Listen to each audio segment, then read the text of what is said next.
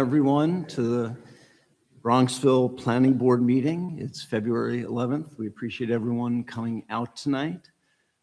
First thing we'll do, I think, is go ahead and review and approve the minutes of our January meeting.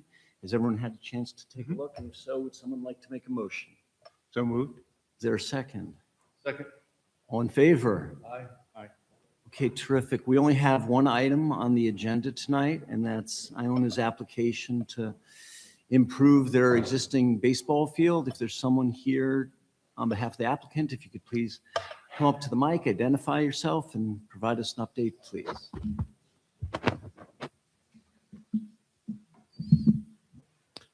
Good evening, Mr. Chairman, members of the board. My name is Mark Weingarten. I'm a partner in the law firm of Del Bello, Dinellen, Weingarten, Wise, and Wienerker, and it's my pleasure to be here this evening representing Iona University in its ongoing request for site plan approval to permit certain modifications to the baseball field on its Bronxville campus located at 182 White Plains Road. We have our entire team here with us. We've introduced you to them a number of times. I won't do it again, but I will state that I am the only person we are intending to speak, but our entire team is here if there are any questions that you have so that we're able to supply the information that you may need in connection with your consideration of our request. We have appeared before this board on numerous occasions, so I will not repeat the history of our application. As you know, the baseball field is located roughly on a 9-acre parcel on the east side of White Plains Road at its intersection with Rose Avenue. It's located in the Residence A district, which principally permits a school use, and athletic fields are permitted as an accessory use. We had our first discussions with the village dating back more than a year ago, and we came to this board for the first time in June of 2025 and presented the proposed modifications to enable us to have the necessary to enable the baseball field to meet Division I standards. Since our last appearance at this board on January 14, we submitted 2 letters to this board.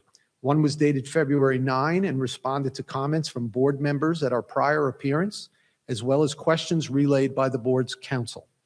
The second letter, dated February 10, responded to comments contained in memos from KSCJ Consulting, the village's planning and engineering consultant. That memo was dated February 3, as well as Collier's Engineering and Design, the village traffic and sound study consultants, whose memo was dated January 23rd.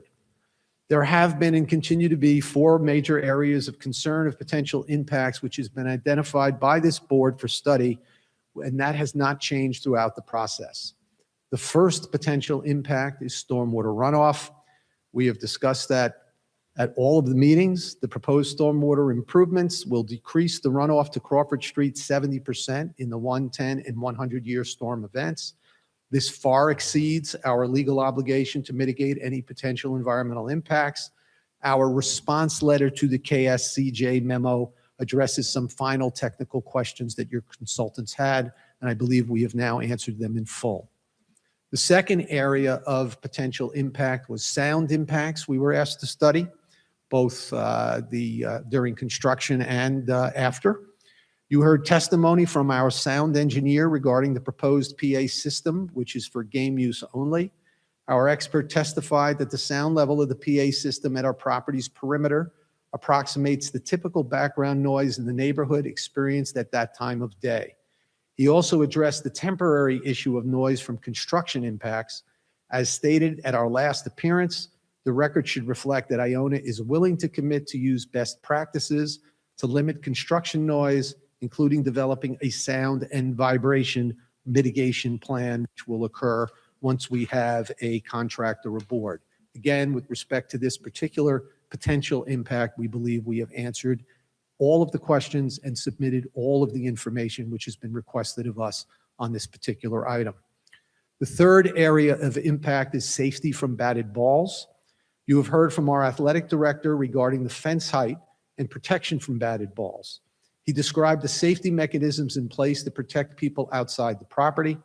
Much of the focus of comments and concerns received during these hearings focused on the area in right field where the fence is at its shortest distance from home plate. As stated in our letter to this board on February 9, Iona remains willing to raise the proposed netting in the outfield from its original 20 feet to 40 feet and also increase an approximately 40-foot stretch from the foul pole to the first pole in the outfield. It's roughly 40 feet in the field of play, and to increase that from 40 to 45 feet to make sure that there is additional protection at, again, that area of where a home run would go, which would be the shortest distance on the field. Iona, as you know, previously agreed to add netting for the first time along Rose Avenue. The proposal originally was for 20 feet in height. Iona now proposes, due to requests from your board, to wrap around the foul pole and down Rose Avenue towards home plate for a distance of 130 feet with netting at the height of 40 feet along this stretch of Rose, which we believe adequately addresses the comments from this board, the neighbors, and the Westchester County Planning Board regarding protection from the homes, for the homes across the ball field at the shortest part of the field. Iona also previously testified regarding its purchase of a batting cage, which will significantly protect against foul balls on Rose Avenue during batting practice. This is a significant improvement upon the existing condition, which, as you know, practice takes place now with no netting there at all. In addition, for the record, Iona's athletic director testified using the best evidence available, existing statistical data, which is in the record, to demonstrate how unlikely it is for an accident to occur, even at the proposed netting heights, which have now been improved since then. Finally, the last identified potential impact by this board as lead agency in the environmental review process was traffic and parking. We have submitted a game day traffic management plan dated December 23rd, 2025, which was revised on February 9, to include 2 event parking signs on the northbound approach from Route 22 near the entrance to the Myers Center parking area and the Village Lutheran Church, and 1 event parking sign at the intersection of Rose Avenue and Route 22. The plan also proposes 2 no drop-off signs along Rose Avenue. All signs are proposed to be 36 inches high and 24 inches wide. Iona has also agreed to provide a minimum of 2 parking attendants on site during game events to facilitate proper circulation of vehicles and pedestrians. Iona has also submitted a construction management plan and a further revised parking analysis. We submitted additional information regarding these topics since our last meeting to address the technical questions, and the responses have been received by the village. As to the comments from our tenant, which was raised at the last meeting, Iona met with the Conservancy on February 2. Iona is committed and made it clear to the Conservancy that it would use best practices to ensure safety for the organization's students. Iona has agreed to provide continued ADA access during and after construction, and to have further communications with the Conservancy once a contractor has been retained to discuss specific plan details going forward. In other words, communication. We remind all parties that Iona is also holding classes, including performing arts classes at the same time on the same campus, and will be very careful to avoid and/or limit disruptions, not just for the Conservancy, but for our students as well. Iona strongly believes it has met its obligations under seeker, and that this board's rules and regulations, and urges the Planning Board to send this matter, to issue a negative declaration, and to send this matter to the ZBA for determination of the variance requests. We are not asking for a determination of all of the conditions that are out there. It's not necessary for the negative declaration. The environmental review process, we believe, is now complete. You may not agree with all of our conclusions, but you have the information that you have requested. You have all of the expert information. Frankly, if you look at the 4 identified potential impacts, we have improved every one of those areas from the existing condition. That is well beyond our obligation. We not just have mitigated impacts, we've made it better in each one of these instances. You have all of that information with you, which we believe puts you in a position to make a determination. We would then have to go to the zoning board with regard to the neg deck to discuss the variances, of which there are a number of them, and we will have to go do that with them. And if we are successful there, we would then come back to you and have a discussion over all of the potential conditions that have been review here by your board, and there may be others, and have that discussion before a final vote would take place. So that is our view of the process, which we think is at the conclusory stage for this, the environmental review. Thank you. Thank you very much. Questions from the board for the applicant?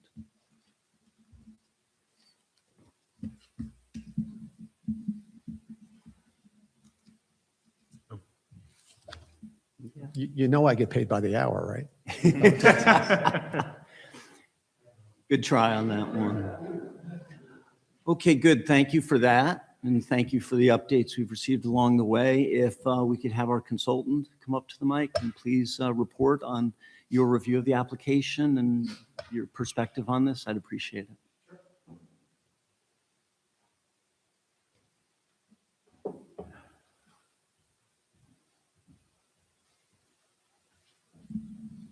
Good evening, everyone. Eric Dorsch, KSCJ Consulting.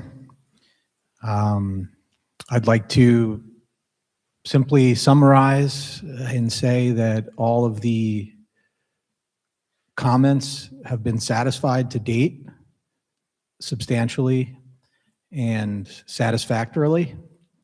So I appreciate the collaboration with the applicant, and we look forward to continuing the process to ensure everything is covered accordingly and the seeker process sees through thoroughly. And I don't really have any other comments at this time. We've appreciated the back and forth, and thank you.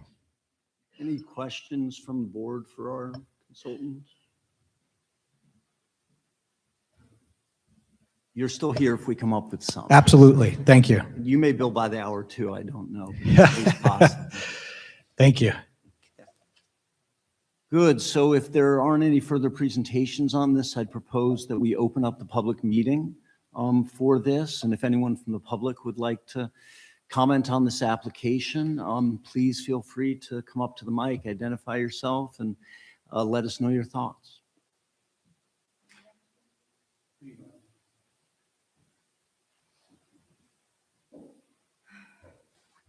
I don't get paid by the hour, so I've been working really hard on this. Thank you. As you know. Good evening, Chairman Goldman and members of the Planning Board. My name is Maria Sigorni, and I live at 37 North Road, and I'm speaking on behalf of my family and 137 neighbors who have formally signed a letter asking for this board to stop and reset this process. I want to be very clear tonight. This board cannot lawfully approve this project as proposed because doing so would directly contradict the Village of Bronxville's law does not allow manageable noise, acceptable noise, or noise that is inconvenient but tolerated. The law prohibits unreasonably loud and unusual noise that disturbs the comfort, repose, health, or safety of others. That is not discretionary language. That is a prohibition. The ordinance further makes it unlawful to operate any device, amplification of sound in a manner that disturbs others, and to create noise adjacent to schools or institutions of learning that interferes with their operation. That language exists precisely to protect the residents and children from exactly what is being proposed here. And yet, the record now contains repeated acknowledgments that this project will increase noise, crowd noise, amplifying sound, and construction noise, with mitigation either deferred, temporary, or unenforceable. That is not compliance, that is hope. Statements on the record suggesting that this project does not need to be perfect are legally irrelevant. The standard is not perfection. The standard is whether the project will violate the village code. SECRA does not permit this board to approve a project while assuming violations can be managed later, or excused because mitigation is expensive or inconvenient for a wealthy institutional applicant. Cost is not defense to legality. You have also heard firsthand testimony, not a speculation, from neighbors whose streets and backyards are already affected by flooding and baseballs leaving the field. This proposal increases the intensity, frequency, and scale of activity. Approving a project that will definitely produce recurrent noise impacts and disturb residents is not mitigation. It is authorization of a violation. SECRA requires a hard look before approval. Promises of future coordination or conditions that may expire, may not be enforced, or may be contingent of leases. Temporary agreements do not override permanent law. That is why more than 137 neighbors have asked for minimum reasonable conditions, including no PA system and enforceable noise limits before any vote. Those conditions are not obstruction. They're the minimum necessary to avoid placing the board in direct conflict with the village's own ordinance. Tonight, this board must press pause, not because the project is imperfect, but because approving it now would knowingly authorize conduct that the Bronxville law expressly prohibits. Anything else would expose this village to legal challenge and undermine the integrity of this process. Thank you. Thank you. Okay, please come on up. Hi, I'm Jay Curran. I live at 9 Hobart. I understand the process, and I'm not allowed to ask the applicant questions directly, but learning about the increased fence height in right field, the questions that I have are really, I mean, it's encouraging that the fence height is being increased. It's encouraging that the size of the fence down the right field line has been increased. I was having a tough time understanding the curtain is going to come down the right field line, but only at a distance of 100 and some odd feet. I can't speak on behalf of the applicant, Right. but my understanding is there will already be something of a certain height, but there'll be a higher height for the distance that they discussed. Someone can correct that, but they were already increasing the height Right. all along the right field line, Mhm. but further out, it's going to be further. It height. will, the height of the curtain will increase as it moves closer to the foul. My understanding is it's two-stepper. Okay. Well, I guess what I would like to know, I think what the board should know is how was the additional 5-foot increase determined, right? When the applicant presented, they gave data showing the average exit velocity in Division I baseball was 86 miles an hour. And the original proposal said that it would take 90 to 95 mile per hour exit velocities to clear the new 40-foot fence height.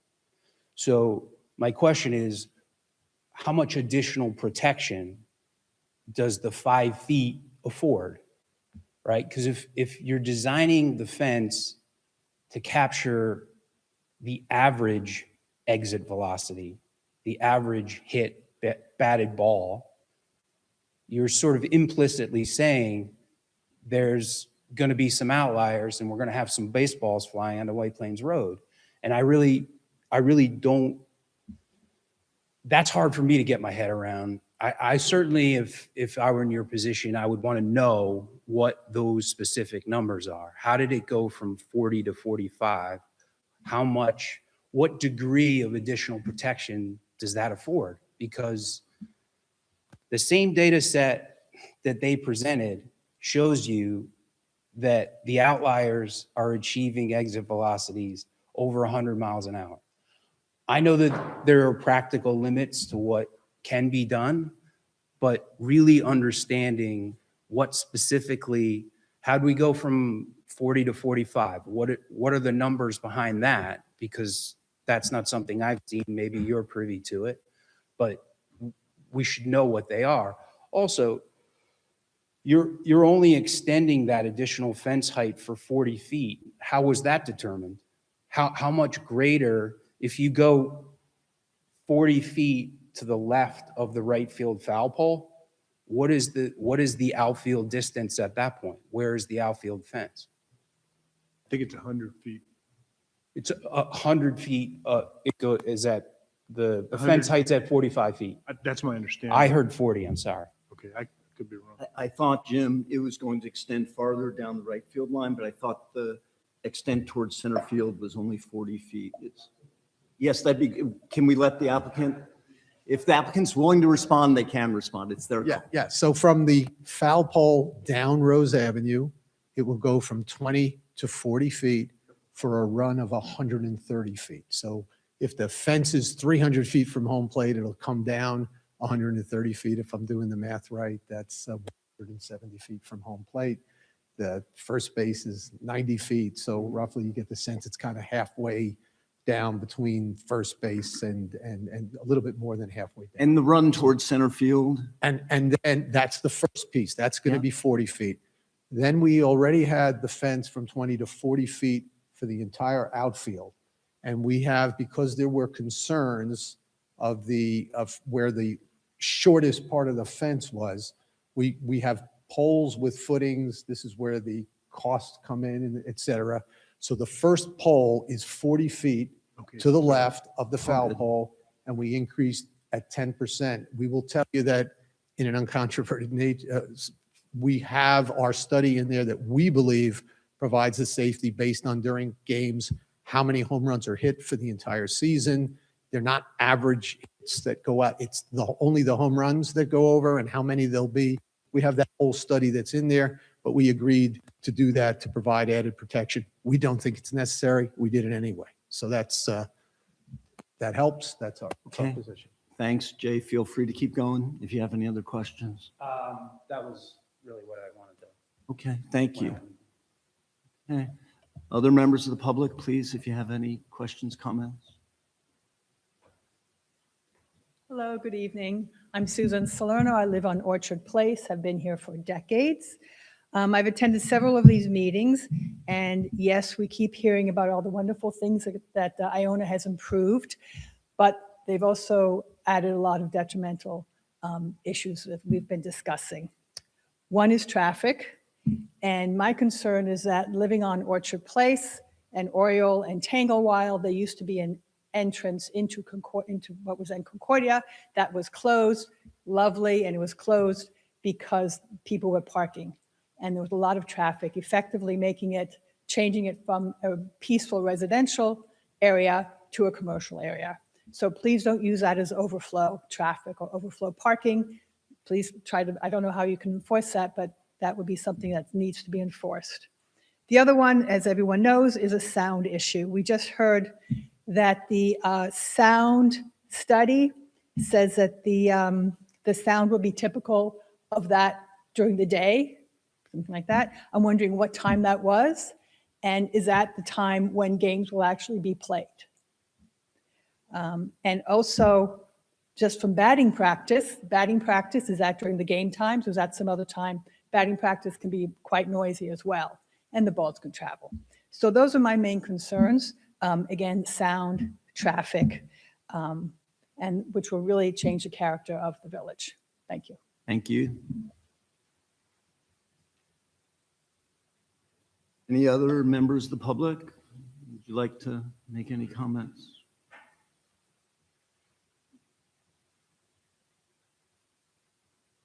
We're good? Okay, we'll adjourn the public meeting at this time. And I think in terms of next steps here, we've talked about this a little procedurally. Counsel for the applicant has talked about the procedure a little bit. We've spoken with our counsel about it. The procedure is complex because step one is the secret determination, and step two, which would be at a subsequent meeting, if we get there, would be approval of the actual site plan with zoning happening in between. But I think before we get into process, we need to, talk about the merits and give everyone here a chance. There are 5 of us who can vote tonight, but everyone should have a chance to speak about what they believe are the pluses and minuses of the application. So I'm going to take a leap and go first in terms of that, and then everyone should feel free. I think it's really important to note at the outset that my understanding is that Iona has the right to play Division I baseball on this field right now with no improvements, with no changes whatsoever. So the changes they're making with respect to stormwater, with respect to fence height, et cetera, are improvements to the existing condition, but there's nothing to stop them from just playing D1 baseball on the field that they own, that they bought, and they have a team to play there. It's a permitted use already, is my understanding. That's a key piece of background as we consider all of this. Fortunately, because they're proposing improvements, this board has some say about what they're doing, and we've been trying to work collaboratively with them and with the community to improve the plan for everyone. But it's only because they're making improvements that we have any say about this. My view is the application has improved substantially over time on all fronts: stormwater, safety, traffic, parking, noise, lighting. It's benefited from input from the neighbors. It's benefited from input from this board, and I think Iona has been very responsive to those concerns.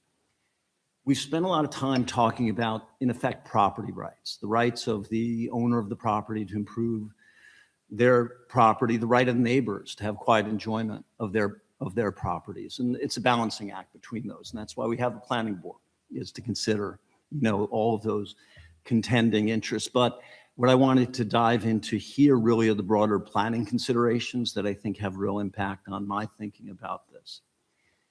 One of Bronxville's real strengths, in addition to being close to the city and having a great school, is the built environment that you have in Bronxville. Bronxville is really a mixed-use community: single-family homes, townhomes, apartments, a thriving commercial district, and colleges. And everything is cheek by jowl. Everything is adjoining. And I think that's part of the charm and attractiveness of Bronxville. You walk around Bronxville and you see a mix of uses. And, there are many other communities in Westchester and elsewhere that just consist of mile after mile of single-family homes. And I think our life experience here is enriched by the diversity and the mixed uses that we have in this community. I think if we want to maintain that diversity in Bronxville of built environment, we need to support all of those land uses. We need to be supportive of single-family homeowners, but we also need to be supportive of apartments and schools and colleges and a thriving downtown. I think we sort of need to love all our children equally if we want them all to thrive. And so, when I think about this application, I think in fairness, everyone who bought a home near this field was aware when they bought their home that there was a ball field there and that it had been in use for over 60 years in the community. I think even Concordia, which we love, when they signed up their lease, they knew there was a baseball field when they signed their lease. And so I think the fact that this has such a long history and is well known in the community, I think is a major factor in our consideration. Mixed use has its challenges, and I understand the concerns of the neighbors. We live in a single family home that's right in the middle of the village. We have an apartment building across the street. We have a parking lot across the street.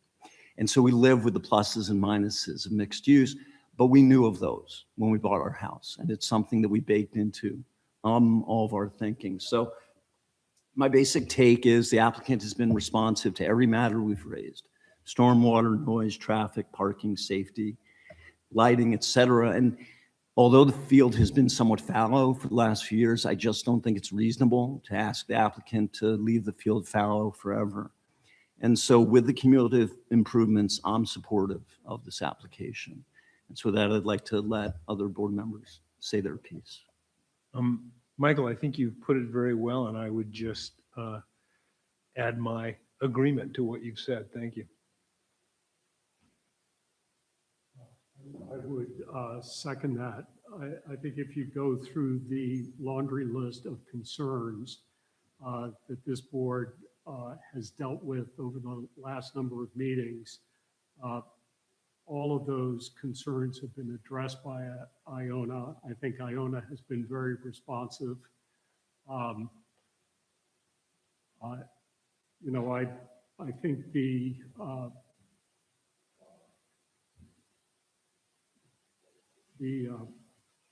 owners of the homes near the field have brought forth legitimate concerns, but I think those concerns have been addressed to a very large extent.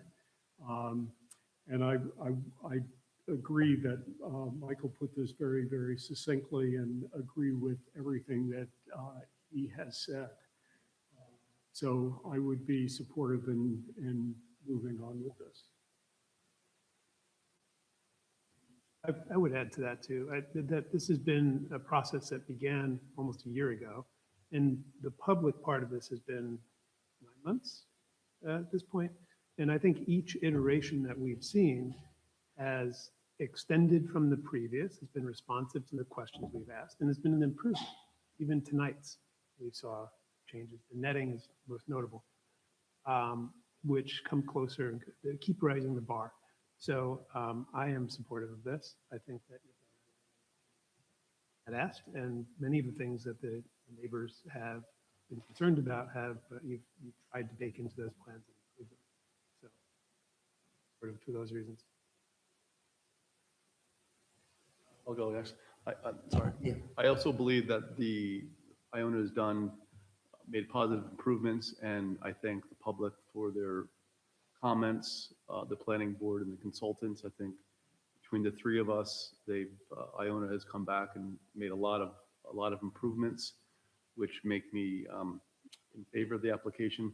To Jay's question, though, I went back to my notes. So for Iona, I know it's not for today, it's for the conditions of the next time, is if my notes are correct, a 40-foot height would stop a 400-foot home run, which I think we said 450 was the longest in the World Series history for college.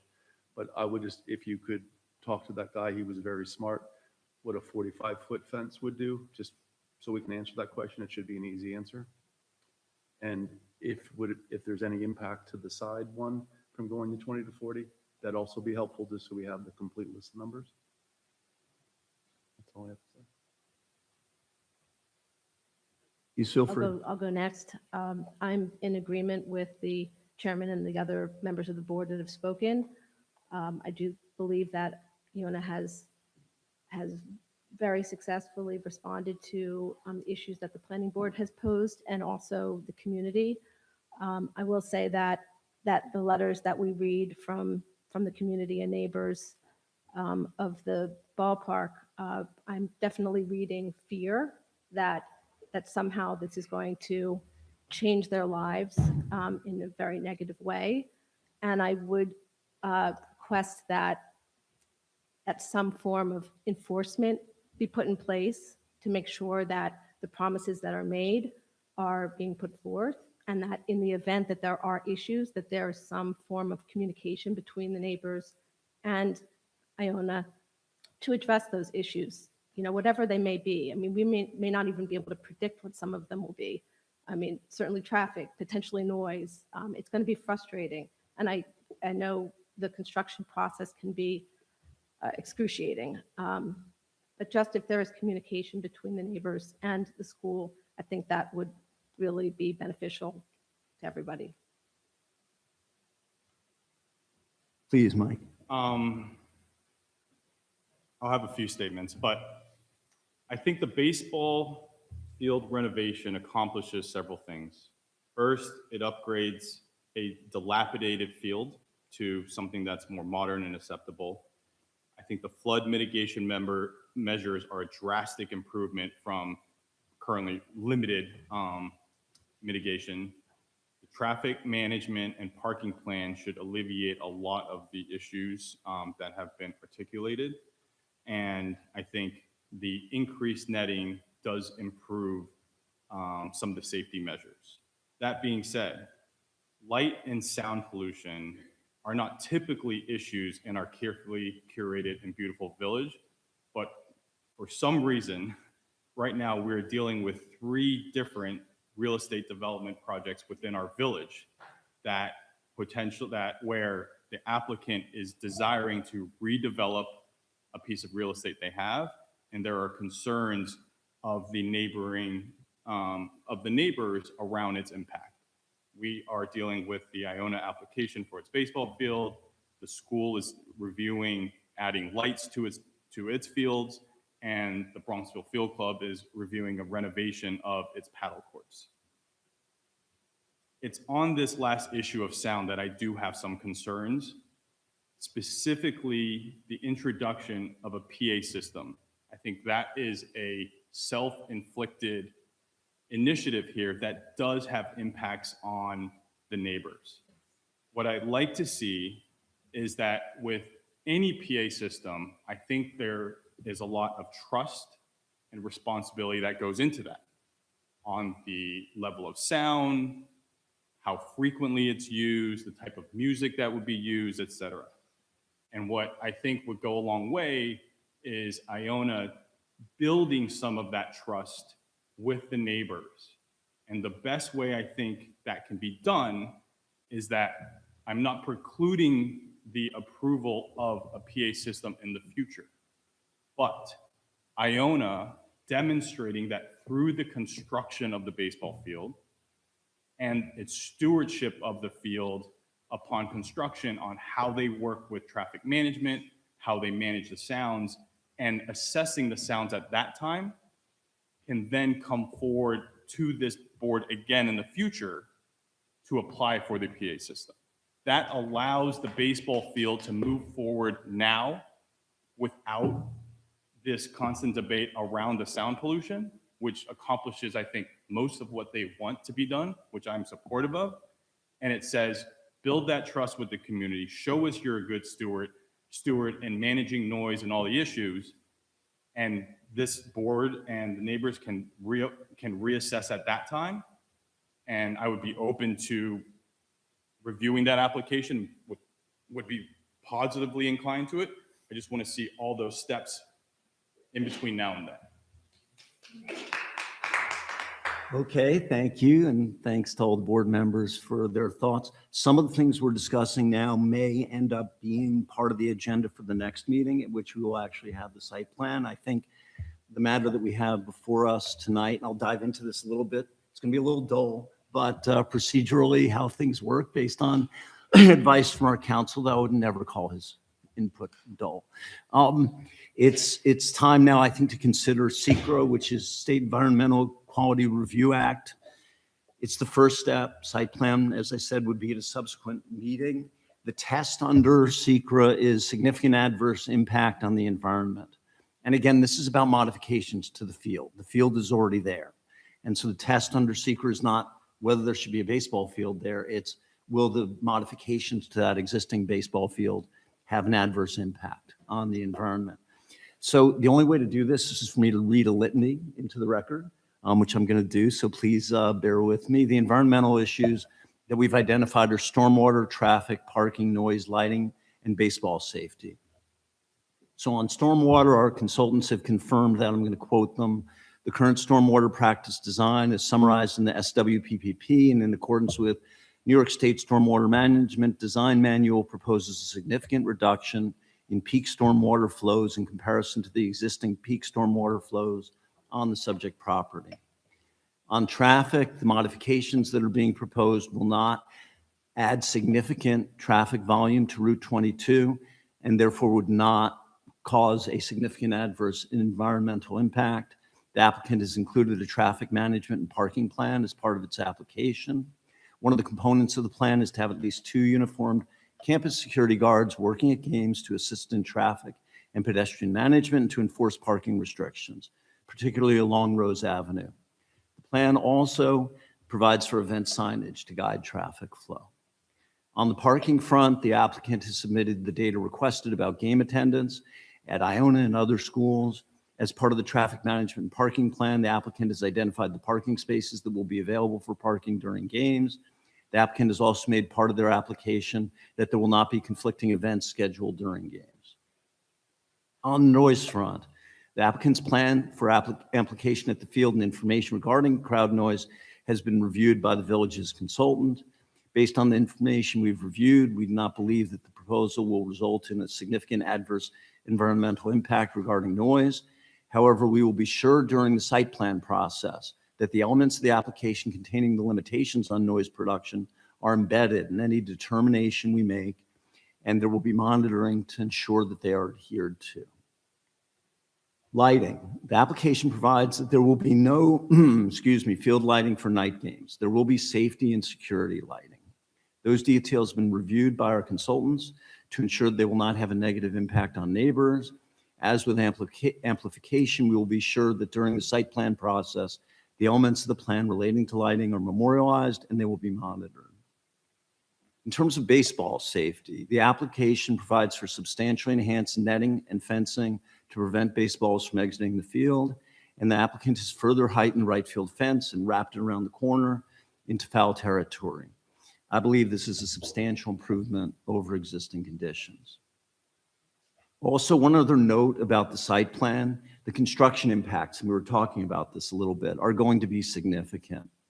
If the application is ultimately approved, once the actual timing of construction is known and the proposed methods of a chosen contractor are known, there will be a detailed construction management plan approved by the village's consulting engineers and building official, addressing issues and days of operation, noise, parking, staging, traffic, etc. And so the environmental determination is a two-step process. First, there's the issuance of Part 2 of the environmental assessment form, which our consultants have helped prepare, and then the making of the environmental determination. I know the board members have had an opportunity to review the Part 2. I thought there might have been a question or two about Part 2. Tom, did you have any questions for our consultant before we take action on Part 2? You think you're good? Okay. So do I have a motion to issue the Part 2 environmental assessment form as our own document? So moved. Is there a second? All in favor? Aye. Any opposed? Okay, second. Do I have a motion to issue a negative declaration that for the reasons I've stated, the proposal will not result in any significant adverse environmental impacts? So moved. Do I have a second? All in favor? Aye. Any opposed? Okay, and finally, do I have a motion to direct our attorneys and consultants to provide us with a writing incorporating the substance of what we have said and done here? So moved. Do I have a second? All in favor? Aye. Okay, there's one other motion that I would think we would need today, which is to send the application on to zoning. It would then come back to us for final site plan review once they do that, but this would keep them moving through the zoning process, and there are substantial zoning process variances for them to review. So a final motion, please, on sending this to zoning. So moved. Is there a second? All in favor? Aye. Okay, thanks, everyone. Do we have a motion to adjourn? So moved. And a second. All in favor? Thanks for coming out, everybody.